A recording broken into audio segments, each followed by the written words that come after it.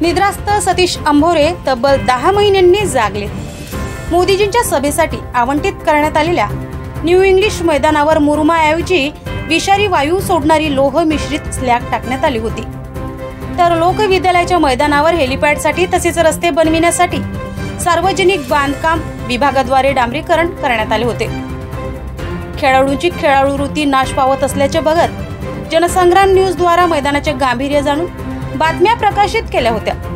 सोबतच वर्धेचे पालकमंत्री पंकज भोयर यांच्या सहकार्यांनी सार्वजनिक बांधकाम विभागाचे कार्यकारी अभियंता सतीश अंभोरे यांना तब्बल 10 महिन्यानंतर जाग आल्याचे दिसत आहे, ज्यामुळे न्यू इंग्लिश व लोकविद्यालयाचे मैदान फुटबॉलपटू तसेच क्रिकेटपटूंसाठी पूर्ववत होत आहे, ज्यात मोठ्या कालावधीनंतर खेळाडूंना पूर्ववत मैदानावर खेळण्याचा आनंद घेता येणार असल्याने आनंदी खेळाडूंनी जनसंग्राम न्यूजचे आभार मानले आहेत।